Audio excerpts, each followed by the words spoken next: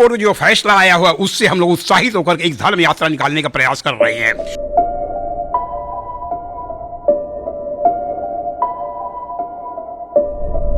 यह यात्रा पूर्णतः धार्मिक यात्रा है। सियासत से हम लोग कोई मतलब नहीं, हम किसी राजनीतिक दल के नहीं हैं।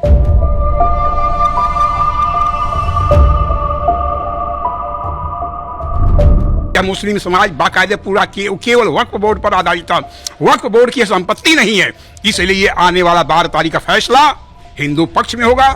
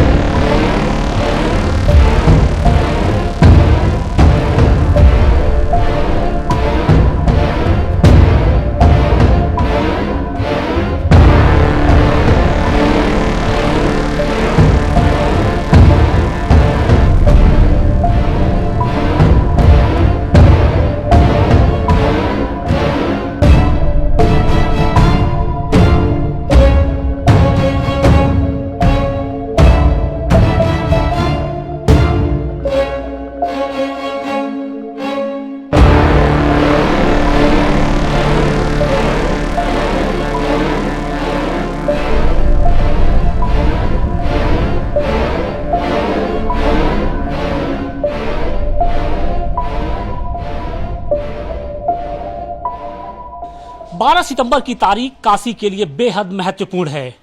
ज्ञानवापी श्रृंगार गौरी केस में इसी तारीख को जिला जज की अदालत मामले की पोषणीयता को लेकर अपना फैसला सुनाएगी।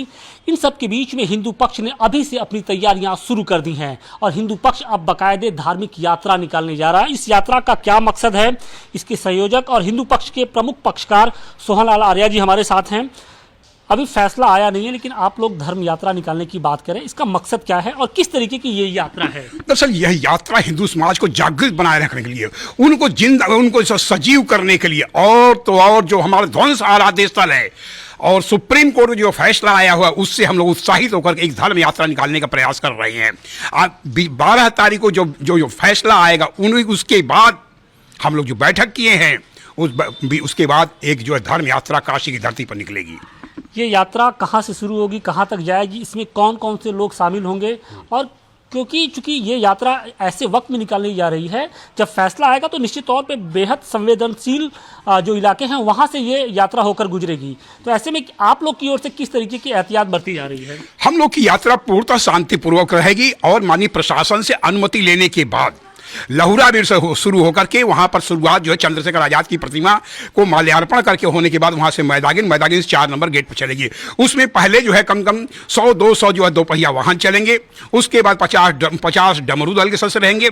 उसके पास 200-300 महिलाएं सर पर कलश ली हुई है। वह कलश में गंगा जल रहेगा जो देवाधिदेव महादेव प्रलयंकर को जो है जलाभिषेक किया जाएगा। उसके बाद जो 4-5 रथें रहेंगे, उन 4 रथों में जो है पहले में जो है शंकर विश्वेश्वर महादेव रहेंगे जो व्यक्ति रहेंगे, स्वरूप रहेंगे, और दूसरे रथ में माँ श्रृंगार गौरी स्वरूप रहेंगी बने हुए। तीसरे पर हरिशंकर जैन जी रहेंगे, वह विशाल रथ रहेगा। उस पर जो है दोनों तरफ राष्ट्रीय ध्वज और ओम अंकित ध्वज जो है 12 फीट लंबे रहेंगे।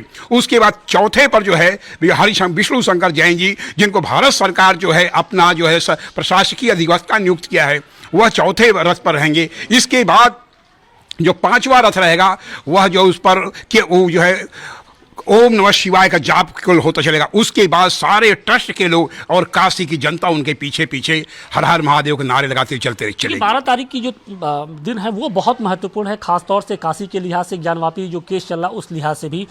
यात्राओं का भी हमेशा ही एक अलग प्रतीक के तौर पर इसे देखा जाता है, खासतौर पर सियासत में।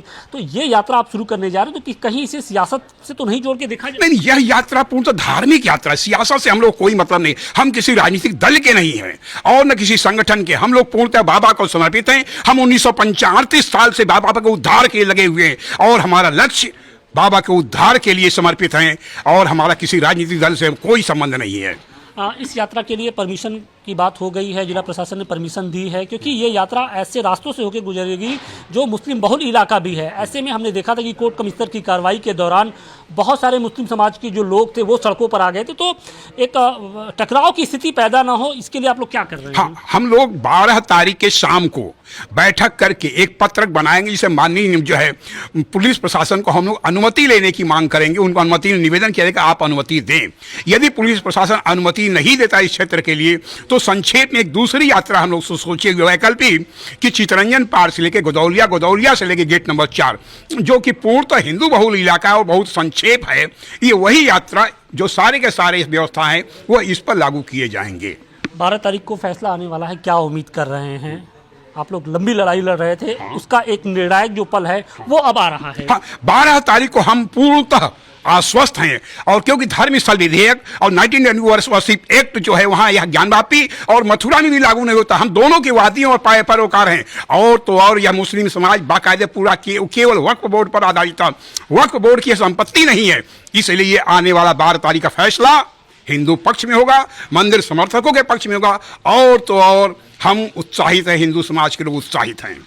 हिंदू पक्ष का यही एक तरीके से मानना है, उनकी उम्मीद है कि जो 12 तारीख को फैसला आएगा वो उनके हक में होगा, और शायद यही कारण है कि अब हिंदू पक्ष इसे लेकर अब धार्मिक यात्रा भी निकालने की तैयारी में लग गया है।